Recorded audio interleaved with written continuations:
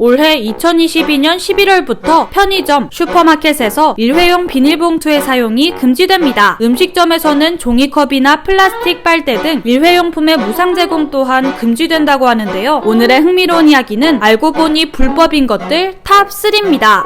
1. 층간소음 항의. 윗집에서 들려오는 정체불명의 소리, 시도 때도 없이 쿵쿵 울리는 소음 탓에 온 신경이 예민해진 적 있을 텐데요. 대다수가 공동주택에 사는 요즘 층간소음 때문에 윗집과 아랫집에 마찰이 생기는 경우가 많습니다. 이러한 마찰이 지속되면 아랫집은 나름의 방법을 찾기 마련인데요. 최근 항의를 해도 통하지 않는 윗집을 상대로 망치나 스피커를 이용해 역으로 복수하는 사례가 커뮤니티에 올라오며 화제가 되기도 했습니다. 그런데 층간소음에 대해서 항의하는 행위가 때에 따라서는 위법 행위가 될 수 있다고 합니다. 방금의 사례처럼 망치나 스피커를 이용해 복수를 하는 경우 경범죄 처벌법 제3조에 따라 10만원 이하의 벌금형에 처해질 수 있다고 하는데요. 소음 발생 전문 용품을 통해 보복하는 것은 물론 문 앞에서 초인종을 마구 눌러대는 행동 또한 처벌될 수 있다고 합니다. 뿐만 아니라 범죄를 예고하는 등의 협박을 하는 경우엔 협박죄까지 적용되어 3년 이하의 징역, 500만원 이하의 벌금형에 처해질 수도 있다고 합니다. 그렇다면 쪽지나 경고문을 붙이는 건 어떨까요? 이 경우도 명예훼손이 성립될 수 있다고 하는데요. 어떤 내용을 적었는지, 어디에 붙였는지에 따라 다를 수 있지만 상대방을 특정하거나 아파트의 다른 주민들이 보게 된다면 처벌받을 수도 있다고 합니다. 또한 전화로 계속해서 항의한 아랫집 거주자가 스토킹 처벌법 위반 혐의로 입건되기도 했다고 합니다. 사실 찾아가서 정중히 이야기하는 게 문제가 되진 않는다고 합니다. 다만 문제는 정중하게 이야기하는 경우 일이 해결되는 경우가 별로 없어서 아랫집이 과격한 행동을 취하는 경우가 많다는 것이죠. 사실 이러한 피해에 대해 책임을 져야 할 건설사는 입주민들끼리 다투는 것을 뒷짐지고 방관하고 있는데요. 이러한 상황에 대해서 아직 법으로도 강제할 수단이 없어서 입주민들의 피해가 이만저만이 아니라고 하네요. 현재로선 층간소음 이웃사이센터 등의 분쟁 조정기관을 이용하는 것이 가장 원활한 해결책이라고 합니다.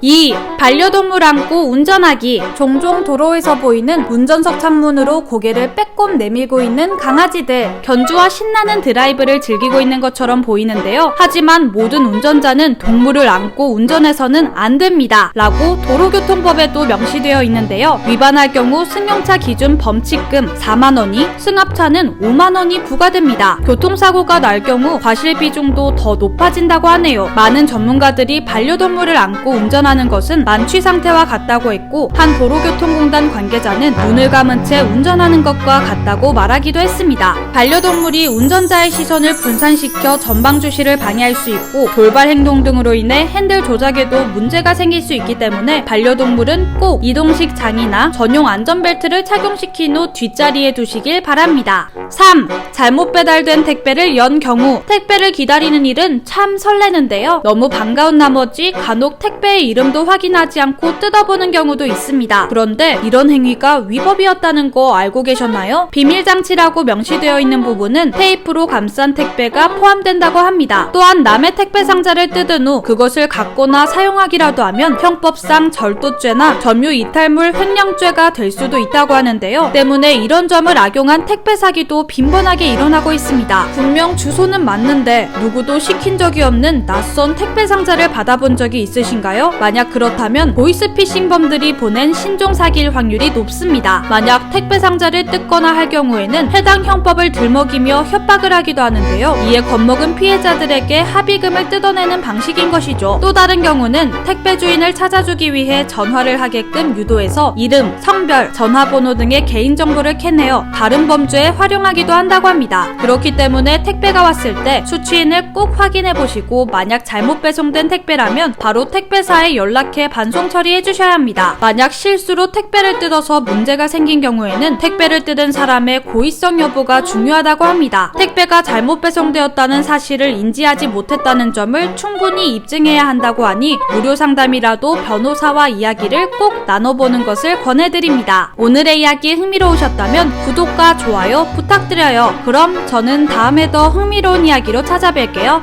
안녕.